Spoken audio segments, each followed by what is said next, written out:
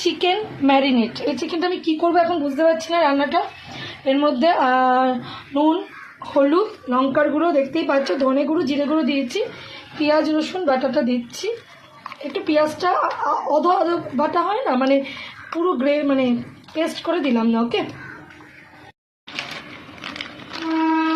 দেবো একটু দই।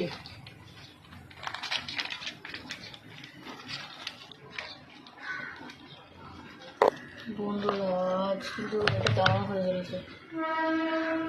ওপর থেকে খাঁটি সানরাইজ মাস্টার্ড অয়েল,